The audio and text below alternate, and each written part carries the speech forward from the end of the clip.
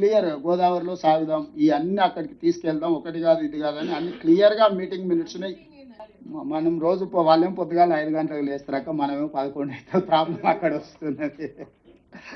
So ఇది ఇప్పటికైతే పాత దాని మీద క్లియర్ ఏం తెచ్చుకుంటున్నాం అక్క. ఇదేంటంటే అబ్రప్ట్గా మొదలైంది కాదు, 2016లోనే దీనికి ఒక చర్చ జరిగింది, 19లోకి వచ్చిన తర్వాత ఒక ఫేజ్కి వచ్చింది, 25కి వచ్చే వరకల్లా ఇప్పుడు అగ్రెసివ్గా ముందుకెళ్లే పరిస్థితి వచ్చింది. నేనేమంటున్నా అంటే ఎవరినో బ్లేమ్ చేయడానికంటే మనం ఫ్యూచర్లో ఎట్లా ప్లాన్ చేసుకోవాలనే దాని మీద చేసుకుంటే బెటరు.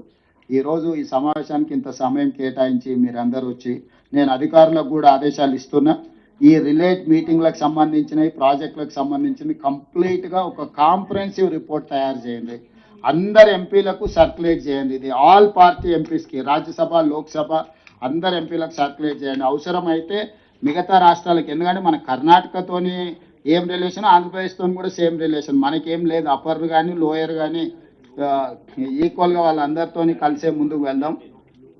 దానికోసమని అందరూ కలిసి ముందుకు వెళ్దామని తెలియజేస్తూ, ఈ మీటింగ్లో జరిగిన మీటింగ్ మినిట్స్ అన్ని కూడా చేసి మళ్ళీ చేసుకొని మంత్రి గారికి నాకు ఇవ్వండి, అడిగిన సమాచారం ఇవ్వండి, భవిష్యత్ ప్రణాళికల మీద కూడా కంప్లీట్గా రిప్రజెంటేషన్స్ వీటన్నిటిని కూడా ఇచ్చేయండి. దాస్ అండ్ గౌరవ్ కోఆర్డినేట్ చేసుకోండి ఇది, ఎందుకంటే డిపార్ట్మెంట్ అదర్ ఇష్యూస్లో బిజీగా ఉంటుంది. ఈ కన్సెన్సస్ ప్రాసెస్లో మంత్రి గారి డైరెక్షన్లో మీరిద్దరు పనిచేయాల్సిందిగా కోరుకుంటూ మీ అందరికీ ధన్యవాదాలు తెలియజేస్తున్నాం మిత్రులారా.